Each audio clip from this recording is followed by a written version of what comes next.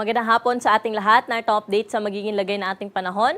Wala tayong minomonitor na LPA o bagyo na posibleng makaapekto sa ating bansa at itong easterlies yung patuloy po nakakaapekto sa malaking bahagi na ating kapuluan na kung saan ito po yung nagdulot ng mga isolated na mga pag-ulan ngayong hapon sa bahagi po ng Central Luzon at sa ilang bahagi ng Southern Luzon area kasama po dyan ang Metro Manila. Kaya ngayong gabi o mamayang gabi po ay posible pa rin po tayo makaranas ng mga pulupulong panandaliang buhos ng mga pag-ulan sa buong bahagi na ating bansa. Ito ay dulot pa nga rin po ng easterlies. At para sa magiging lagay na ating panahon bukas, patuloy po tayo makakaranas ng mainit at maalinsangan na panahon na kung saan sa hapon at sa gabi naman, posible po tayo makaranas ng mga pulupulong panandaliang buhos sa mga pag-ulan, dala pa rin ng easterlies. Dito po sa Metro Manila, 26 to 33 degrees sa agot ng temperatura bukas. Sa Baguio City, 17 to 27 degrees Celsius. Sa Lawag, may kainitan na abot po sa 33 degrees ang maximum temperature bukas at 34 degrees naman sa bahagi ng Tuguegarao City. Sa Legazpi City, 26 to 31 degrees sa agot ng temperatura bukas at sa Tagaytay ay 24 to 32 degrees Celsius. Sa bahagi naman po ng Puerto Princesa City at sa Kalayaan Islands, ang maximum temperature po bukas ay maglalaro sa 33 hanggang 34 degrees Celsius. Dumako na po tayo sa Visayas at Mindanao na kung saan bukas wala rin po tayong inaasahan dyan na malawakang mga pag-ulan kaya magpapatuloy po yung maaliwalas sa panahon na kanilang naranasan. Pero sa hapon at gabi, posible po itong makaranas ng mga panandaliang buhos sa mga pag-ulan, dala nga po ito ng easterlies. Temperatura po natin bukas sa Tacloban ay mula 25 to 31 degrees Celsius. Sa Metro Cebu, 26 to 32 degrees at sa Iloilo naman may kainitan na aabot sa 33 degrees Celsius ang pinakamainit na temperatura. Sa Cagayan de Oro, 26 to 32 degrees Celsius sagot ng temperatura bukas pero sa may Zamboanga, pati na rin po sa bahagi ng Metro Davao, mainit ang panahon sa tanghali aabot sa 35 degrees Celsius ang maximum temperature. Para po sa kalagayan ng ating karagatan, wala tayong gale warning na nakataas sa anumang baybayin na ating karagatan, kaya malayang makakapalaot yung ating mga kababayang mangisda, pati na rin yung may maliit na sasakyang pandagat. At journey magiging banayad hanggang sa tamtaman lamang ang mga pag-alon.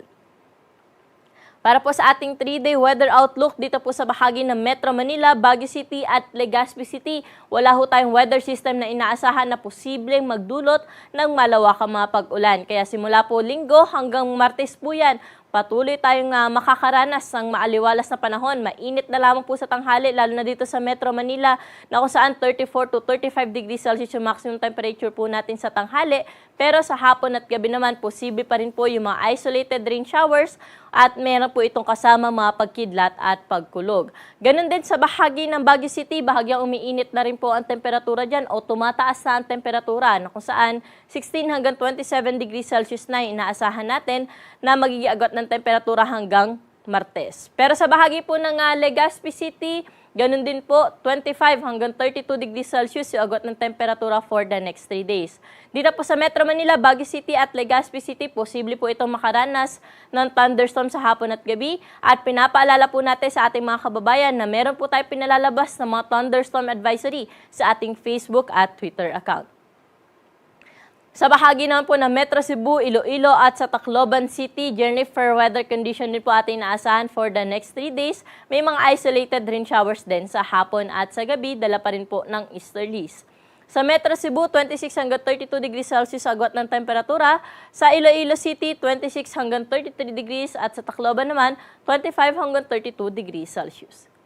Wala rin ho tayo naasahan na low pressure system na posible po makaapekto dito sa bahagi ng Mindanao, partikular na sa Metro Davao, Cagayan de Oro at sa may Zamboanga City. Kaya magpapatuloy po yung mainit at maalinsangan na panahon na kanilang maranasan dyan na kung saan sa hapon at sa gabi mataas po ang tsansa ng mga pag-ulan lalo na po sa bahagi ng Metro Davao. Temperatura nga po natin sa Davao ay 24 hanggang 34 degrees Celsius. Sa Cagayan de Oro, 25 hanggang 33 degrees Celsius. At sa may Zamboanga City, mainit sa hapon o sa tanghali, aabot po sa 34 degrees ang maximum temperature.